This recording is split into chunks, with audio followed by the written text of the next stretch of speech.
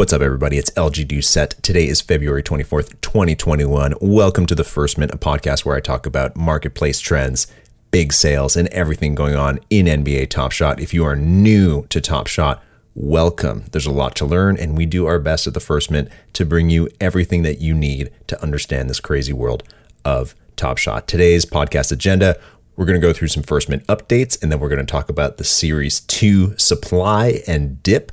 Then we're going to quickly talk about All-Star selections, followed by an interview with KyloRen about unopened packs. KyloRen is the owner of the 12th most valuable collection on Top Shot. Really quick shout out to my co-hosts on the Friday show, Plungefather and Real Phil D. We have another awesome show coming up this Friday. You can catch it on YouTube live at 5 o'clock Pacific, 8 p.m. Eastern. I want to remind everybody that none of the content here constitutes trading advice in any way, and this show is not affiliated with NBA Top Shot, the NBA, or Dapper Labs. I'm just a guy at his house who loves basketball and blockchain. This is The First Mint.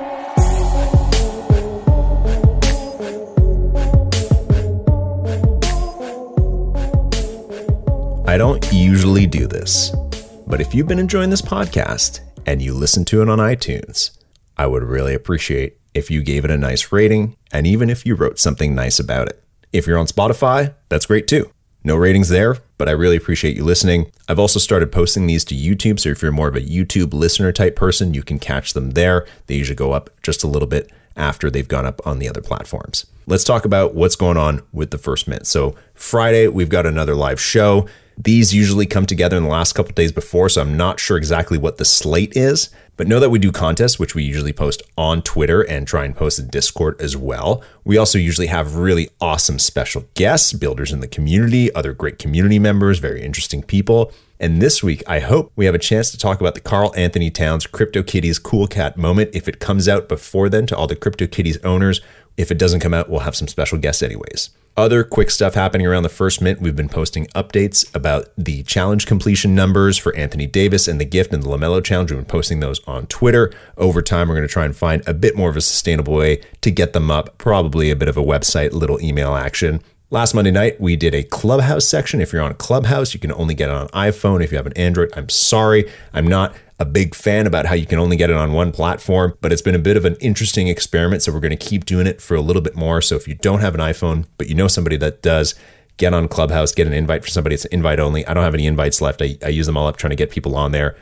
The Monday night chat we had was with some of the top collectors, Greek Freak, Spruce Springsteen, as well as about 20 minutes of MBL. All three of those people in the top 25 of Top Shot collectors. This chat actually went on for 3.5 hours. It was kind of a bit more of an open Q&A where we took a lot of questions from the audience. It took us a little longer than we thought to get through some of those questions. We didn't get through them all. If you were on listening and you didn't get a chance to ask a question, I'm sorry. We're going to work on making those a little bit more accessible, maybe even start a little Twitter account where we live tweet what we're talking about in Clubhouse. Last night, also, we did a quick Twitter contest where I asked everybody to spell out Kawhi Leonard's laugh, as well as retweet for a chance to win a Kawhi Leonard base moment. Since you're all good sports, I'm going to give you my actual Kawhi Leonard impression on Friday's show. And maybe we'll get the Real Phil D and Plungefather to do theirs as well. That's when we'll be announcing the winner. So if you retweeted, make sure you tune in for that. Other stuff going around Top Shot, the new supply of moments is being minted. We caught this yesterday afternoon. You could see it on Crypto Slam and on Top Shot Explorer that the new base 2 moments are being minted. All the new stuff that we were supposed to get, it's coming up in there. We got 13 new rookies, each of which are going to be 3-badge rookies, meaning their moments are going to feature them in their first ever NBA game. There's going to be 4,000 limited of each of those. There's also going to be 24 new first moments for some players. So these are going to be veterans who are having their first moment minted on Top Shot, guys like Blake Griffin. Those are going to be limited to 12,000 apiece. And then there will be 117 new plays of players that are stars, veterans. Some of the rookies from this year who are going to have a new moment won't be their first game, so it'll be a 2-badge moment, but they will be in there. Those 117 moments are going to be 25,000 open edition circulating count. It's called CC Plus or whatever you want to call it, meaning they can make more. All very exciting times.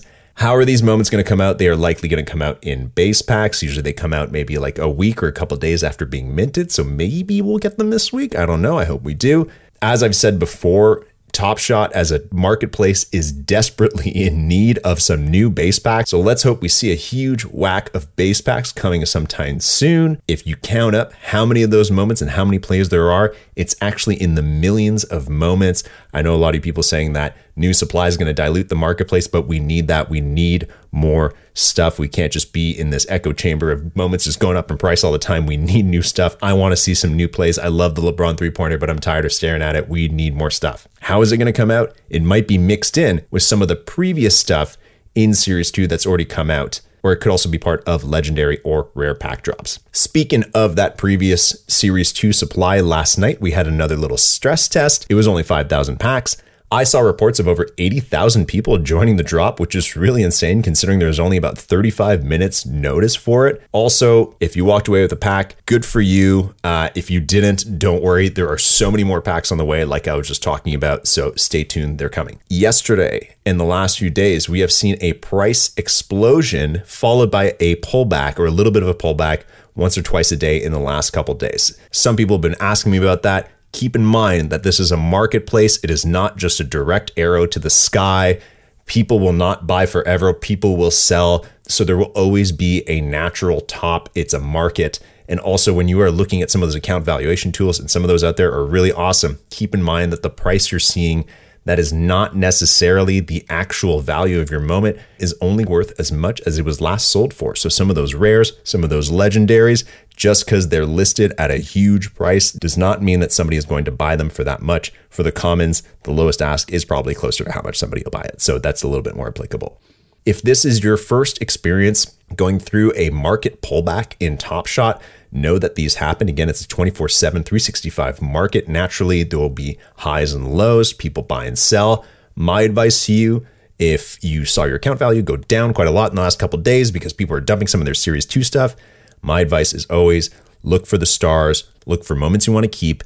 And also, when the market has done nothing but go up by 20% per day for 5 days in a row, it might be a good time to start thinking about selling, not necessarily buying more. But again, what do I know? This is a new market. There are no experts with years of experience here. This thing's only been around since the summer. So like I said, not financial advice on the show. I just try and help you guys out. Another thing to keep in mind for the supply and demand of these Series 2 moments, not all of them have been released of the 15,000 limited. In fact, there are some of them that have a huge amount of moments still to come. Something like the LeBron three-pointer. There's going to be 15,000 of them total, but not all of those are in circulation. There's in fact about 20% of those that are not yet out, that are still in packs, that are still going to be dropped at some point soon, or maybe even later. That's 3,000 of those LeBron moments.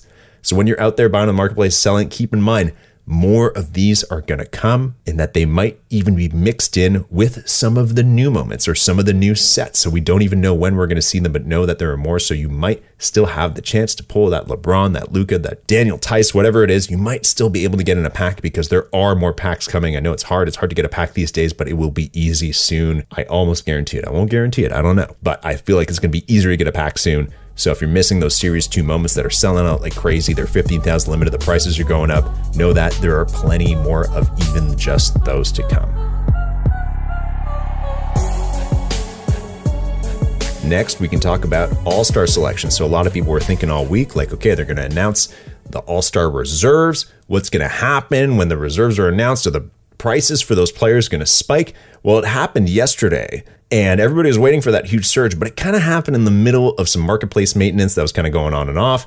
And it was also kind of in the middle of a weird kind of marketplace dip up and down. But it does look like some of the players that people were expecting to be selected as All-Star reserves and were not. It looks like their prices actually came down. Guys like Sabonis and Booker actually need to get a chance to look at the numbers, but he is clearly the biggest snub here. Again, hard to gauge numbers when the market overall has been fluctuating so much. Really quickly about All-Star games and trades and free agency and all this other kind of like player movement, player accolade stuff. I haven't seen those types of factors affect players that much in my experience. Even with James Harden, when he was traded, totally, there was a bit of a surge in his moments. But when you think about someone like James Harden getting traded, you know, there was already a lot of moments in a Rockets jersey. So there wasn't really that much novelty to trying to scoop him up, and he was still playing. It's not like he was retiring. The All-Star selection this year is already a mix of really great star players, And the market here in Top Shot already really loves players that are playing well, guys like Donovan Mitchell. Now, I'm not saying that the All-Star game won't have a boost for those players. I'm just saying the All-Star selection might not have rocketed them to the sky the same way we thought. All-Star game, it will come up in a couple weeks. Usually it's a lot of fun. It's going to be kind of a weird format this year because of the pandemic. I don't know what's going to happen to those players, but if there is like a dunk contest and there's something really fun like that and somebody puts up a really crazy dunk no one's seen before, that could boost those players. So keep an eye on the All-Star game as it approaches, as the formats are announced and everything kind of settles into place. Other really quick stuff before we get to the awesome interview with KyloRen. The new Holo challenge is up. It's for James Harden. It's a very expensive challenge. If you don't have any of the Holo icon moments, this challenge might cost you upwards of $100,000 to do. A little too expensive for me, probably for a lot of you, but just know that it's happening, I guess. Also, we've seen in the past week tons of NBA players now streaming themselves opening packs and tweeting about it. Super fun. I know some people are a little bit ruffled by the players asking the community to send them moments, but hey, at the same time, people send basketball players gifts all the time, whether they're poor or rich, whatever money they make. People just like to show their love, so that's not that huge of a deal. It's kind of a totally new terrain where we all own these moments of them and we want to share it with them. We want to share our love for them with them. So we'll kind of see where that goes. Uncharted territory. Terry Rozier, though, was streaming last night himself opening some packs. I thought it was really cool. He tried to kind of set up a bit of a giveaway where if you bought one of the moments of himself that he owned, he would send you a signed basketball. He was going to give the money to charity. I don't know how it worked out. It sounds a little bit messy already. And I do think that kind of sets the stage for players doing more interesting promotions like that over time. Last little bit of news that is worth talking about. Flow, the blockchain that we are all using, even though we can't see it. It's the blockchain built by Dapper Labs. Yesterday, Flow announced a partnership with a marketplace called OpenSea. So OpenSea is an NFT marketplace. They're one of the leaders in the space. It very likely means that all tokens that are on Flow, which include all of our Top Shot moments, will likely be able to someday move to OpenSea, which is really kind of the blockchain dream, is that you can take your assets and buy and sell them anywhere, not just in one service. So hopefully that's what that means, is that we're going to see our Flow tokens, which are our NFTs, our Top Shot moments, that we will one day be able to move them to OpenSea and do whatever we want with them, sell them to whoever we want, and kind of open up that blockchain ecosystem.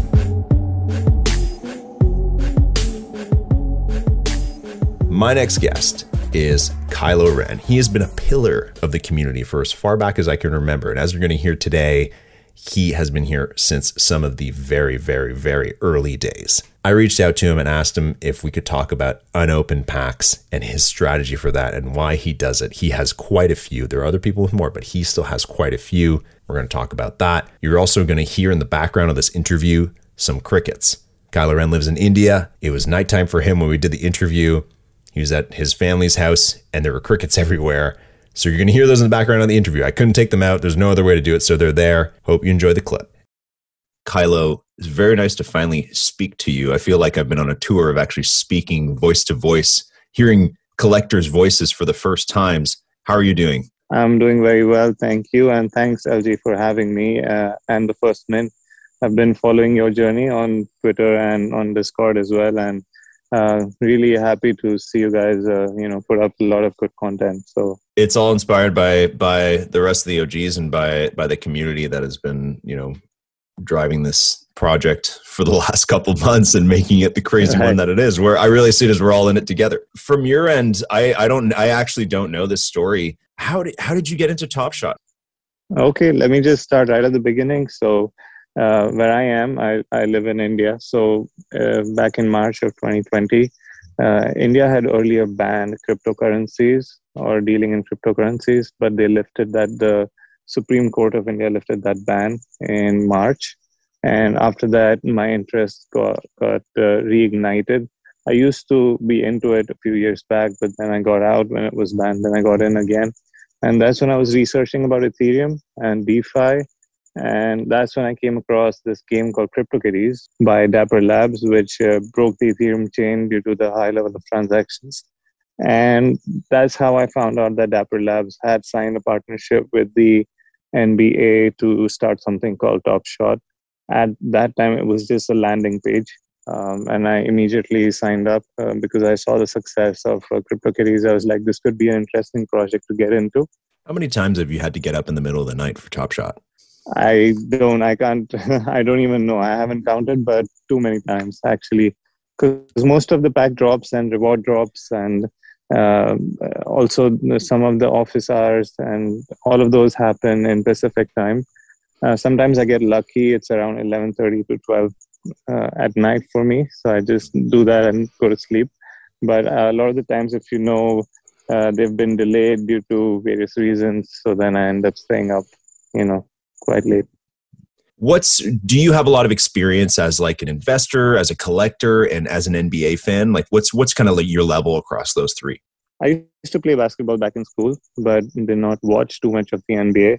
Got into NBA in the 2012-13 season, and I was really focused on watching the Knicks at the time. And Jeremy Lin was killing it, the insanity as they call it. And that's I when I really remember started because he had watching an amazing basketball. game. He had an amazing game against the Raptors. And I Yeah, he remember, did. as a Raptors fan, I remember Linsanity. But he did win his first championship with us. So Yes. I don't even know how to feel about that in general. Okay, that's cool. And then what about the others, collector, investor? Yeah. So, in terms of like what I do in my real life job, I'm part of the family business. I'm working in the food processing sector. So it's completely unrelated to crypto or tech or anything like that. It's just my curiosity that got me into this space. So, otherwise, I work like a normal job in this industry. Those first few months of Top Shot, what were they like?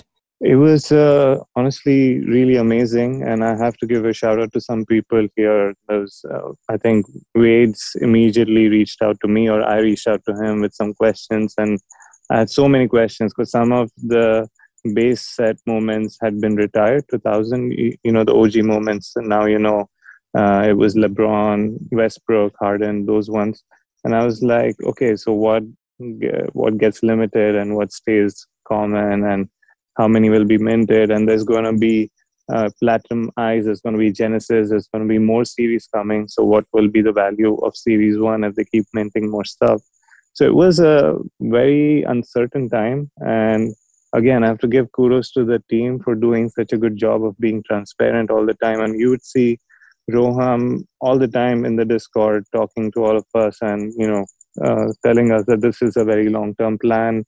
These moments that you see now may seem like we're printing a lot, but in the large scheme of things, they're actually really, really rare. And it all turned out to be true, obviously, in hindsight. But at the time, there was a lot of uncertainty because, number one, like you said, there was no marketplace. Number two, there was no way to withdraw your money. And number three, crypto was mooning. So you have all this investment you've made into these NFTs, which you don't know what's going to happen with. And for the longest time, there was like hardly very few people and no market at all. And people were trading based on trust and based on, people were trading in Ethereum off the market. And that's what really brought us all together, I guess, as a community. We all knew each other and, spoke every day about what we thought, where this was going to go. And I guess those that stuck on eventually have done very well for themselves. So yeah, that's what it was like. That's awesome. And I think what's funny is that feeling of a lot of moments being minted, I think a lot of people can still relate to now as we're about to see, 25,000 mints for each moment. But again, that feeling has repeated itself, right? I remember in Series 1 when there was 3,000 mints and we thought that was a lot. And then Series 2 when it was 4 and 5,000 and then it was 15,000, everybody thought that was too much. And the last couple of days have proven it's not enough. You can see on the website now, you can scroll up to 50,000. You can search. So I guess they have it in their plans that they can increase the mint size up to that much. But yeah, again, if you think about the larger scheme of things, the number of fans the NBA has, and because this platform has allowed the game to be played on a global level. For example, myself, I've never had the chance to even get into the card collecting hobby because they're not available here in India. So imagine all the NBA fans all over the world who could never get or be part of the action and are now able to because of this global marketplace, which is 24/7. It's just a big game changer. Let's talk about packs. So when was the ability to keep a pack unopened introduced? Do you remember? I think it was with the strip packs, or actually not. Maybe after that, when the premium packs were being dropped. That's why the first pack that I have unopened are the premium ones, because that's when it was announced. And then I thought, might as well do that. Why not? Let's start with the juiciest question that everybody wants to know. Kylo, how many packs do you have unopened, and which ones are they? As of today, 56 packs, which are unopened. I know it's not a big number. A lot of people have a huge amount of base packs that they've kept unopened over a large period of time. But yeah, I opened most of mine like everybody else. It's just too tempting and too much fun to do it. I have the gift pack. I have 4 premium packs, which are Series 1 Drop 4. And then I have one Run It Back 2013-14. This one is, I think, my most special one because it's only one, and it's the error pack. If you remember the first drop, RIBs, yes, it was that one where they messed up. So this might just end up having two Giannis. I don't know if I got that right. And I had two DeMarcus Cousins in mine. I had two DeMarcus for me. Oh damn, yeah. So I haven't opened it, and I don't think I will open it. I'll just probably sell it because a lot of collectors will want to have this rare error pack in their collection to maybe trade it sometime else. So I'm just going to save it. It's my only one.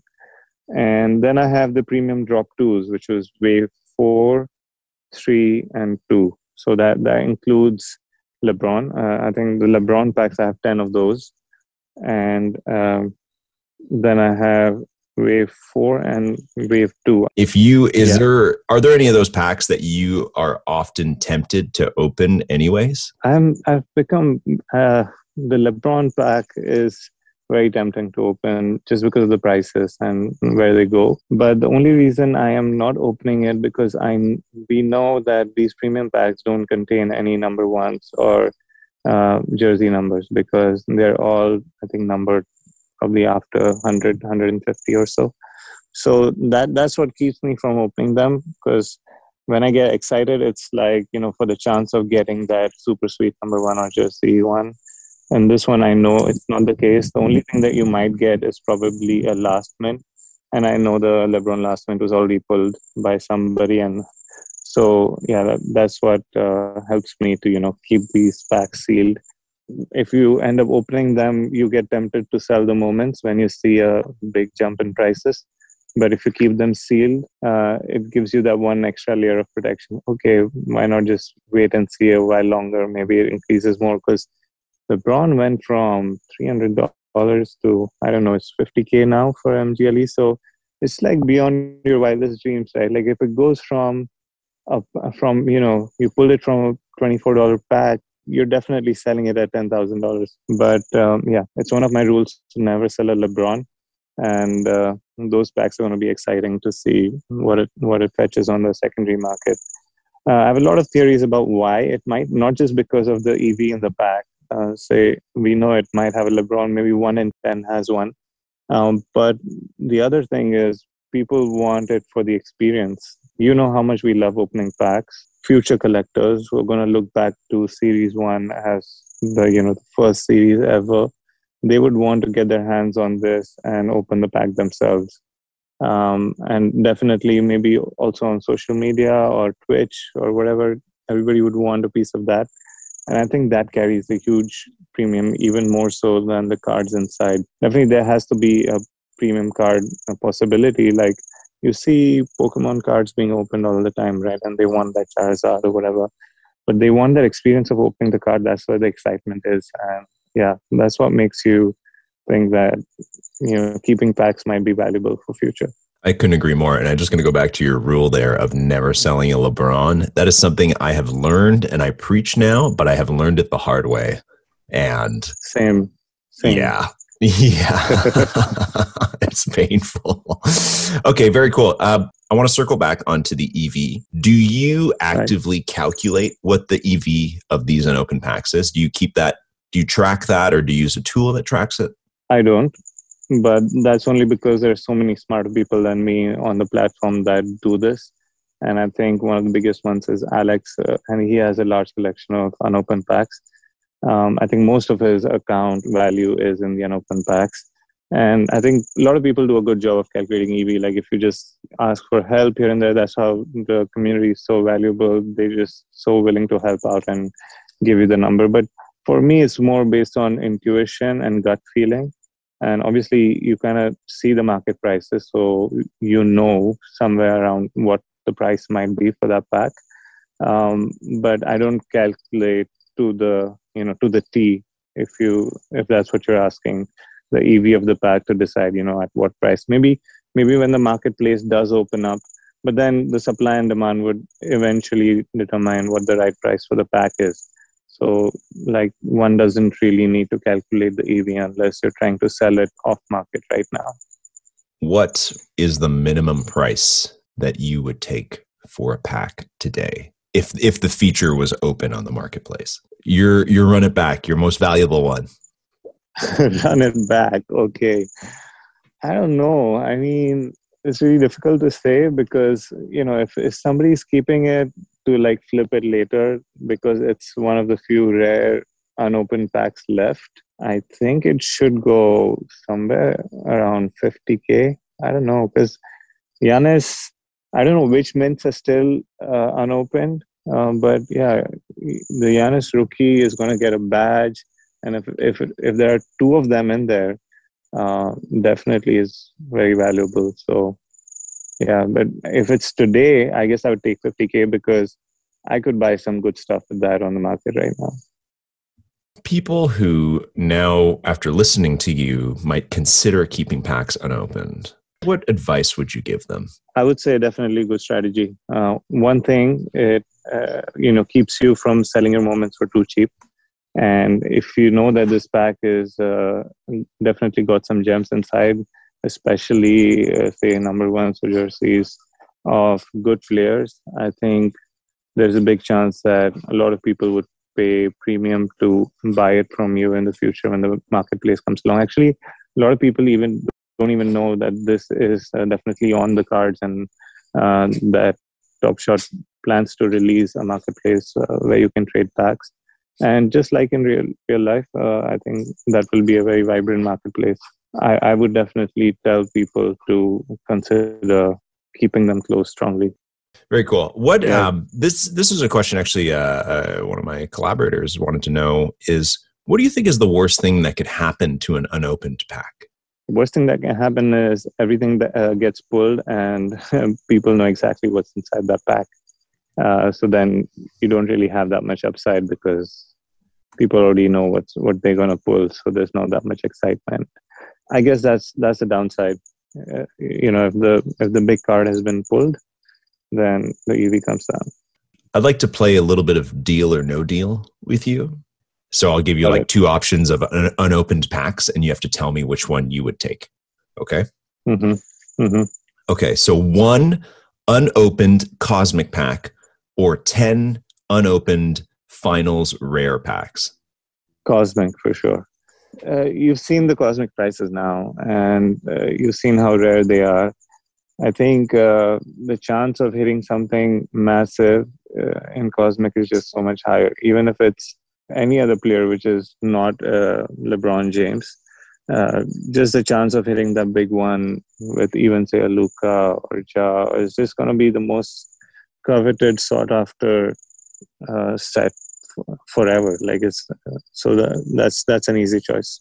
1 unopened rookie debut pack or a LaMelo Ball base 2 moment?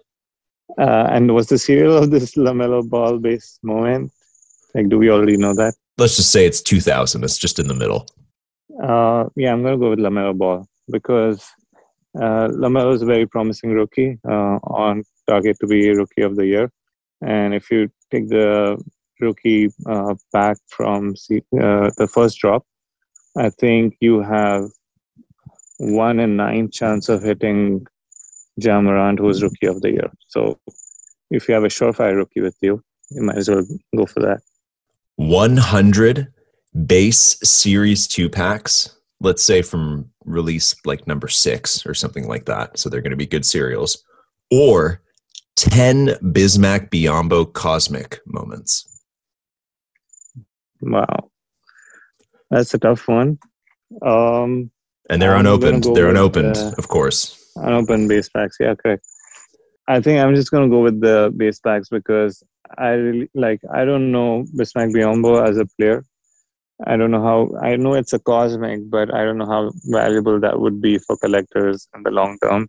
While in these base packs, you have at least, I know, a very small chance, but a chance to hit a number one of any of the guys. And that's I think, beyond what you would get for the Bismack Biombo.